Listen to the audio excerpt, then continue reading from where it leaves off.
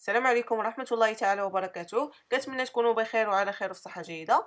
اليوم ان شاء الله نقدم لكم واحد المورقة اللي كتجي سهلة بزاف في التحضير. هنا في قسم الوصفات اللي كيجيو ساهلين في التحضير. الحشوة لذيذة صراحة وبسيطة بزاف، يعني ما كتحتاجش منكم بزاف ديال الوقت، وبطبيعة الحال نتوما تقدروا تفننوا في الحشوة كل واحد ويقدر يعمرهم باش ما بغى. راه كيوجدوا في سرعة. ننتقلوا ان شاء الله المقادير وطريقة ديال التحضير.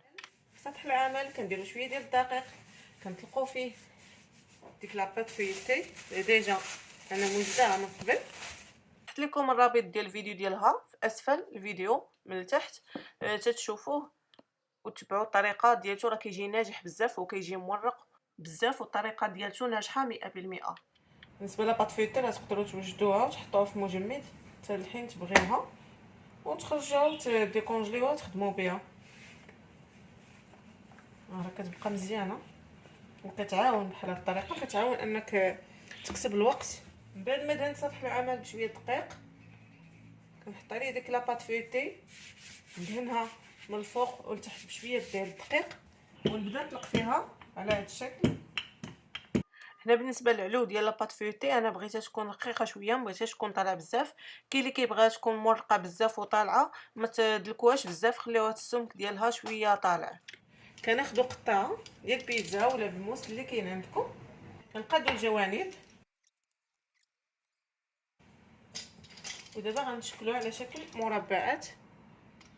ناخذوا المربع الاول، الثاني، حاولوا ديروا دوك المربعات متساويين.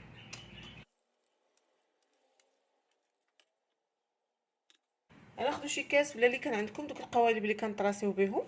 انا هنا غنشد الكاس، غندير بحال هكا، غنحطو في الوسط. نتوما كيف كتشوفوا حطيتو في الوسط بحال هكا، وغنضغط عليه بحال هكا شويه. كناخذ لاطه انا سبق ليا وجدتها من قبل، يا اما كدهنوها يا اما كديروا فيها ورق سوفيغيزي. انا ملي ضغطت بالكاس اولا بداك الطابع راه غير باش كنطراسيو ديك الدائره اللي غادي نعمروها في الوسط. طراسيو بحال هكا، كنضغطوا بلا ما نقطعوا، غير باش كنطراسيو ديك الدائره ديال الكاس. نستفهم كاملين في الوسط في ديك اللاطه، وندوز باش نكمل معكم كيفاش غادي نعمرهم.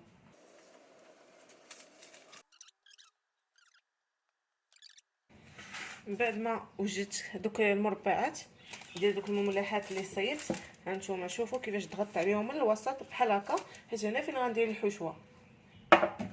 دابا غناخذوا لاصوص ديال المطيشه. هنا بالنسبه لاصوص، ديك لاصوص اللي كديروا في البيتزا، سواء تكون جاهزه ولا اللي بغيتو اللي متوفر عندكم. انا هنا درتها جاهزه. غنحط شويه ديك الدائره اللي في الوسط. هنا من الافضل معجين مورق تخدموا به هو بارد. انا هنا خليتو مع كديره في مجمد، خليتو حتى ديكونجلا، طرخه ليا بزاف. هنا بالنسبه للجوانب كندهنهم شويه ديال زيت الزيتون. اللي بغى يدير البيض يدير صفرة البيض. هنا زيت الزيتون درتو حيت كيضيف واحد النسمه زوينه.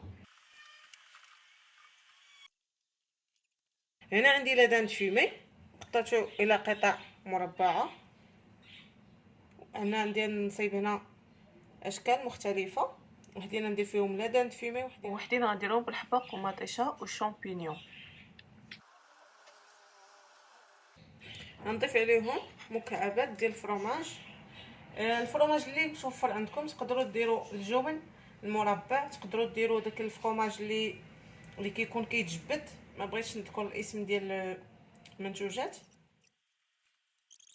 دابا غنضيف من الوسط شويه ديال الفرماج. انا هنا بالنسبه للفرماج مخلطه فرماج حمر مع الفرماج ديال الموتزاريلا. بالنسبه للشكل الاخر، انا هنايا هادو راه باقي عندي العجينه في لاطه اخرى، ديما حتى كنصور معكم نوريكم في هاد اللاطه اللي بقاو ليا. هنا غندير شامبينيون طري، اللي ما عندوش شامبينيون طري يقدر يدير شامبينيون معلب اولا يستغنى عليه. هنا عندي الحبق اولا الريحان، هنا عندي طوماط سوريز، وهنا البصله. غنعمر بهم هذا الشكل الثاني، راه كيجي لذيذ بزاف هذا الشكل الثاني وشي حاجه طبيعيه اللي كتكون فيه. كنديروا قطع ديال البصله، كنديروا وريقات ديال الريحان، كنضيفوا قطع من الشامبينيون، وكنضيفوا ايضا طوماط سوريز بحال هكا، وكنديروا الفرomاج من الفوق باش يذوب عليهم.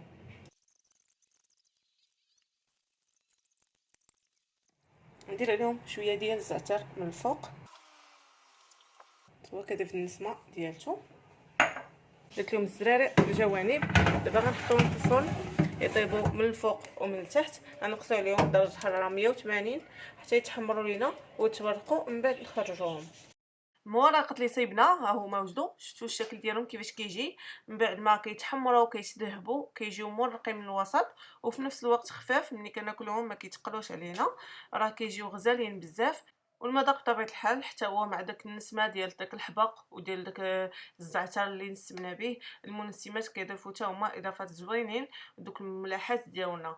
كنتمنى تجربوهم، متاكده انهم غينالوا الاعجاب ديالكم. والى وصفه اخرى ان شاء الله، والسلام عليكم.